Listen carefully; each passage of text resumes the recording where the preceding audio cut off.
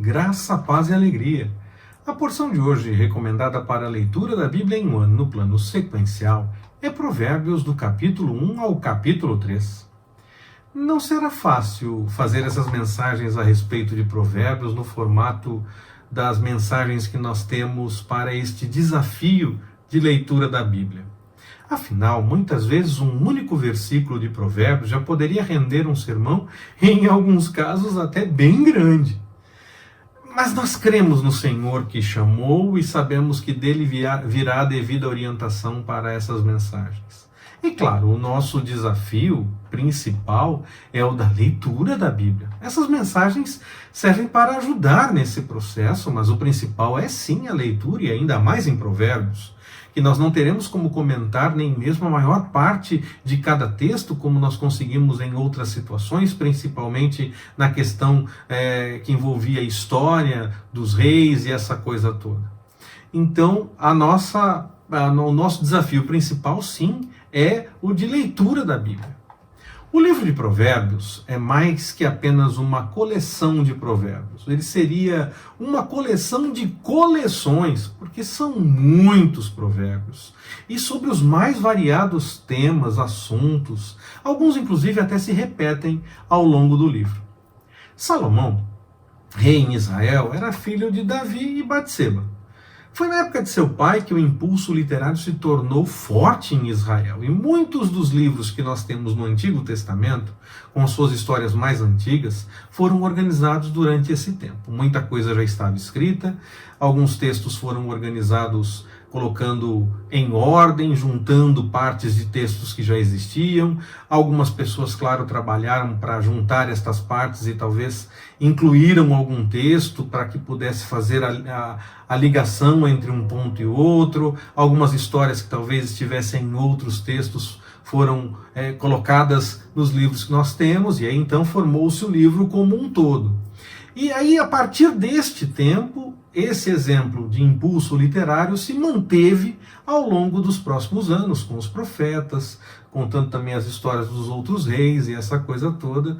E aí a busca pelos textos e a organização histórica se estabeleceu definitivamente. Claro, cremos com a orientação do Espírito Santo para que pudéssemos ter os textos que nós reconhecemos dentro da Bíblia. O tema principal que nós podemos notar através dos mais variados conselhos encontrados no livro de Provérbios seria: o temor do Senhor é o princípio do conhecimento, mas os insensatos desprezam a sabedoria. Está lá em Provérbios, no capítulo 1, versículo 7. Se fosse para resumir Provérbios, eu faria com esse texto. E mesmo o tema da sabedoria, do conhecimento, com ligação ao temor do Senhor, se repete em outros versículos ao longo do livro de Provérbios. É claro que temos que ler o livro para conhecer os variados conselhos que nos auxiliam na caminhada da nossa vida. Mas esse é o tema realmente principal de Provérbios, no meu entendimento. O temor do Senhor é o princípio do conhecimento, é o princípio da sabedoria. Esse conhecimento, quando nós adquirimos ele, nós deixamos, andando na direção desse entendimento, dessa sabedoria, nós deixamos o caminho dos que pecam, dos que buscam facilidades, mesmo sem querer manter uma preocupação com o que de fato é certo. E aprendemos muitas coisas para que nós possamos discernir os erros e também os acertos, é claro, deixando o erro para buscar o que agrada ao Senhor e à sua vontade. Ainda temos que tomar cuidado mesmo assim, porque o fato de uma coisa ser errada não torna outra com a qual nós podemos comparar e que pareça diferente, não torna essa outra coisa certa. Afinal de contas, o caminho da porta larga pode incluir muitas coisas. O caminho de buscar a vontade do Senhor é estreito. Não é simplesmente uma observação de isso está errado, então esse aqui está certo. Pode ser que o outro, mesmo sendo bem diferente, esteja errado igualmente. Nós devemos buscar o conhecimento nas coisas do Senhor para poder discernir o caminho realmente de acordo com a sua vontade. O aparente sucesso dos ímpios não pode seduzir quem busca a vontade do Senhor. O que os violentos fazem não pode ser desejado por quem busca o conhecimento debaixo das coisas do Senhor, da vontade do Senhor.